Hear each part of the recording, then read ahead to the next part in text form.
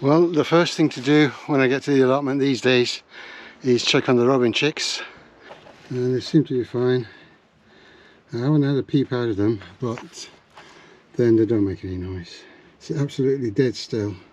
The only way you know it is if you just put a light pressure on there, they respond.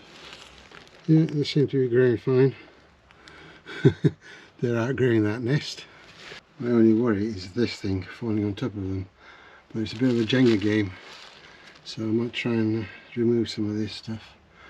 Yeah, this piece of wood, it's quite solid and heavy, and it was the side of a shed, and they made it out of pallets, and it is quite robust and heavy, and they'd use this foam as insulation, but I've got to, obviously I'll get rid of that little by little. I'll take it and throw it away in the skips. This is more or less eventually what it will eventually be, but obviously not like this.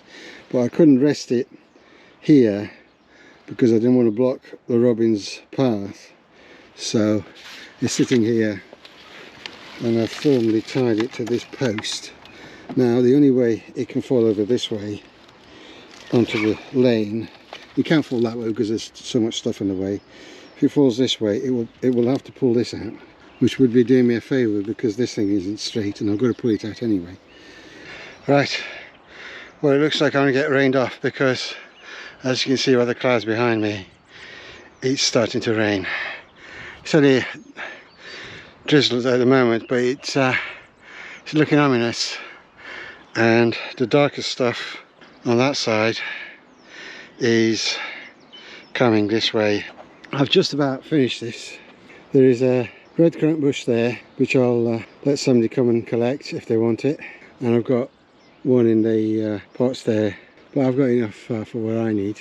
And this gooseberry bush is left, but all the raspberries have gone, and this stuff will get burnt. I mean, I'm not putting this like in the compost. The only thing left are these, and they'll be a pain in the neck to get out, but I'll get rid of them, and then this area is more or less done. So I'm just waiting to get rid of that gooseberry, and then got a few little bits to do. The gutters are for the strawberry towers, which I'll build next year, so I've got a few to dig out. Now that this area is cleared, I'll put the gutters over here and I can clear this bit. There's an apple tree, fair enough. Why do you need edging and metal what's-its hammered into the ground round it? Why do you need metal fencing around an apple tree? And those are the raspberries I picked and put in pots earlier in the year when they were dormant. And they're coming up, so obviously they're doing fine. It's looking a bit ominous, so I'm going to go home, do something else, and I didn't get time to do the potting up and planting that I planned today, but when I came in, the weather forecast was for clear skies right up to 7 o'clock, and it's 4:30 and it's starting to rain, so never trust the weather forecast. So anyway, fortunately I started clearing this bed, because when it's really wet you can't work it. You've got to get it when it's just right, and it's not too wet and it's not too dry, but it's done, more or less done. And I've got some plants hard enough in the cage that need to be planted soon. I think the snails have had a couple of the beetroot. I don't think I'm going to try that today. I think it's going to be serious rain, so I'm going to go home, have a coffee. Hello, we've had bad weather for the last couple of days, so I haven't been in for a couple of days. The first thing is to check on the robin chicks. Yep.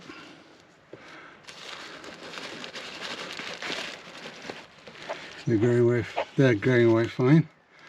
They're outgrowing the nest, but that's good. Other things, I brought in the tomatoes, and they are down to my belly button. That one is almost up to my chest. So I brought them in and I'll sit here in the greenhouse for a couple of days, get used to being in the greenhouse, and then I'll put them in the pots because they're really getting too big to stay at home. And this thing fell over, but I'll sort it. But I can't put it where I want to put it because it'll be in the way of the robins, so I'll have to leave it out here for a bit. Right, there's a lot to do and there's nothing that's exciting, so I'm just going to get on with it. Well, the trouble started. The robin chicks have started flying about the shed and they're getting into places they shouldn't. Like I can hear one behind here somewhere. My worry is they might get stuck somewhere and not be able to get out. He's hiding between the two bins of fertiliser, so I'll fish him out and put him back. Oh crumbs, they've all gone.